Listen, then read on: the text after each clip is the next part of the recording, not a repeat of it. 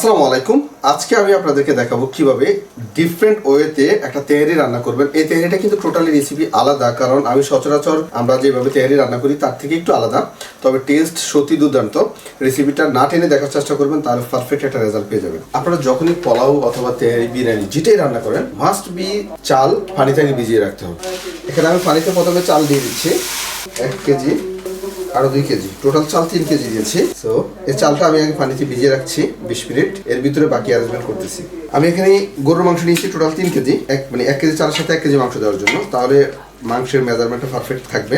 তারপর এখানে টক দই দিচ্ছি হাফ কাপ, আর আদা রসুন পেস্ট দিচ্ছি হাফ কাপ, আদা রসুন আরো হাফ কাপ, টোটাল 1 কাপ দিয়েছি। তারপর দিচ্ছি লবণ 1 টেবিল স্পুন, 2 টেবিল স্পুন, আরো হাফ টেবিল স্পুন। লবণ একটু কম বেশি লাগতে পারে। আর এখানে আপনারা যে কোনো ধরনের বিরিয়ানি মশলা ইউজ করতে পারেন, তবে আমি সাজেস্ট করবো জাদুঘরের বিরিয়ানি মশলা। আর এটা দেওয়ার নিয়ম হচ্ছে প্রতি কেজি মাংসের জন্য 1 থেকে 1.5 টেবিল স্পুন। খাসির মাংসের ক্ষেত্রেও সেম, প্রতি কেজি মাংসের জন্য 2 টেবিল স্পুন দিলে চলে, 2.5 টেবিল স্পুন লাগে না। অনেকে যারা একটু মশলা বেশি খায় তারা শুধু 2.5 টেবিল স্পুন দিবেন। তো এখানে আমি 2 টেবিল স্পুন দিয়েছি, 4 টেবিল স্পুন, আর ভিতরে আছে 1 টেবিল স্পুনের মতো। আপনারা এখানে যে কোনো ধরনের তেল ইউজ করতে পারেন, তবে আমি সরিষার তেল ইউজ করেছি, আপনারা চাইলে সয়াবিন তেলটা ইউজ করতে পারেন। তারপর আমি একটু ভালো করে মাখিয়ে নিচ্ছি মাংসটা। মাংস যখন মাখাচ্ছি তখনই কিন্তু অলরেডি মশলার ফ্লেভার চলে আসছে। এখানে আমি কোনো পেঁয়াজ দিচ্ছি না, কারণ আমি টোটালি রাইসের সাথে ব্রাউন পেঁয়াজের যে ফ্লেভার সেটা কিক করব, এই জন্য আমি এখানে কোনো পেঁয়াজ ইউজ করতেছি না। এখানে পেঁয়াজ ইউজ করার প্রয়োজন হবে না। আমি এখানে মুগ ডাল দিয়েছি, এখানে মুগ ডাল হচ্ছে 250 গ্রাম। আর এই মুগ ডালটা হালকা একটু টেলে নিতে হবে, এতে করে মুগ ডালের যে গ্রানটা আছে সেই গ্রানটা মানে বাড়বে, আর তেহারিতে খুবই চমৎকার একটা গ্রান আসবে। তো ডালটা মোটামুটি টেলে নেওয়া হয়েছে, আর একটু টেলে নিচ্ছি। ঠান্ডা পানিতে সরাসরি ভিজাবো, ভিজানোর পরে ময়লাগুলো বেশি উঠবে, তারপর ময়লাটা ফেলে দিব। তারপর ডালটা ঠান্ডা পানিতে ভালো করে 2 থেকে 3 বার ওয়াশ করে নিব।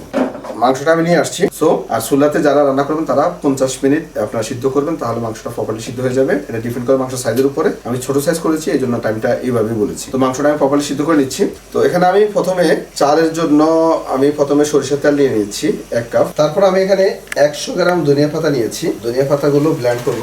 আমি এখানে পানি দিচ্ছি হাফ কাপ, যাতে ধনিয়া পাতাটা ব্লেন্ড হয়, এই জন্য যতটুকু না দিলে নয় ততটুকুই দিবেন। তারপর আমি এই ধনিয়া পাতাটা ব্লেন্ড করে নিচ্ছি। তারপর আমি দিয়ে দিচ্ছি তেলের সাথে পেঁয়াজ 1 কাপ, পেঁয়াজ দিচ্ছি আরো 1 কাপ, 2 কাপ। যেহেতু মাংসের সাথে পেঁয়াজ দিয়ে নেই, এই জন্য এখানে পেঁয়াজটা বেশি লাগবে। এখন এই পেঁয়াজটা বেরেস্তা হওয়া পর্যন্ত অপেক্ষা করতে হবে। এটা যেহেতু সরিষার তেল, যার কারণে ফেনা হয়ে গিয়েছে, এই যে দেখেন বেরেস্তা হয়ে যাচ্ছে।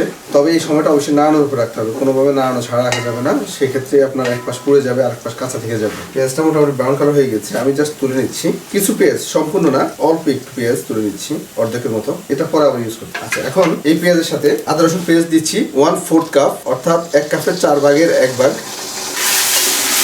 তারপর দিয়ে দিচ্ছি মুগ ডালগুলো ওয়াশ করে নিয়েছি। তারপর পানি দিয়ে দিচ্ছি। এখানে পানি প্রথমে আমি 1 লিটার দিয়েছি, 3 লিটার।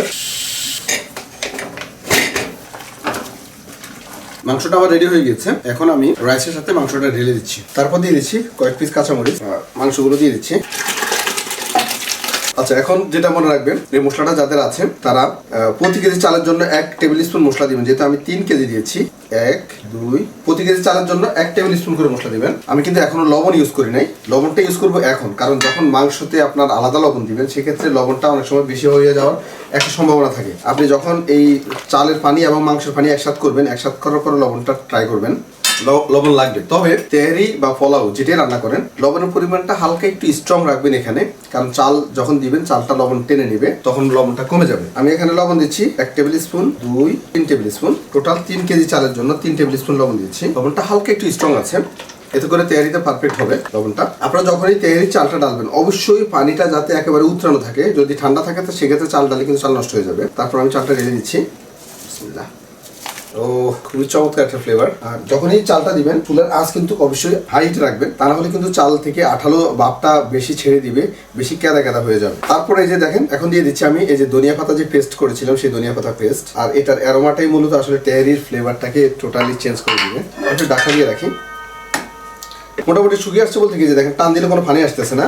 তারপর চুলার আঁচটা একেবারে কমিয়ে দিবেন, তা নাহলে কিন্তু নিচে লেগে যাবে। চুলার আঁচ কমিয়ে দিয়ে এই যে বাদার পেস্টটা রেখেছি, সেই বাদার পেস্টটা দিয়ে দিবেন, কারণ এটাই হচ্ছে আপনার অ্যারোমা তৈরি করবে। নাড়া দিয়ে দিই, পেস্টগুলো ভিতরে ঢুকে। দেখতেছেন কোনো পানি নাই, কিন্তু সফট লুকিং আছে। তারপরে এইভাবে চালগুলো সমান করে দিবেন, সমান করে দিয়ে উপরে আমি ঘি দিয়ে দিচ্ছি।